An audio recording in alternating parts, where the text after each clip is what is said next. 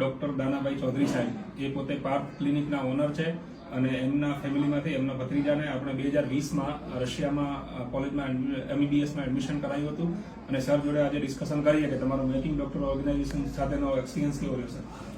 શરૂઆતમાં અમે પહેલો મારા ભત્રીજાને 2020ની અંદર MBBS માટે મોકલ્યો હતો. એ વખતે એમને એવું હતું કે કદાચ આજે ફોરેનમાં આપણી કોઈ કોન્ટેક્ટ નથી, ઓળખાણ નથી અને જઈએ છીએ અને કેવું રહેશે, કોઈ છેતરામણી થશે કે નહીં.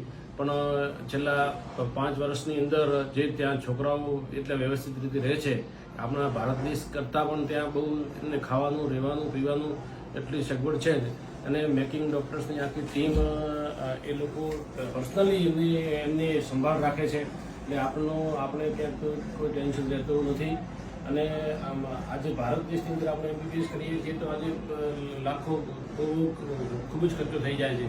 જ્યારે રશિયા, ઉઝબેકિસ્તાન છે, કઝાકિસ્તાન છે, એ તમામ દેશની અંદર બહુ સારામાં સારી કોલેજો છે અને બહુ સસ્તા દરે ત્યાંથી આપણો MBBS કરીને પાસ આઉટ થાય છે.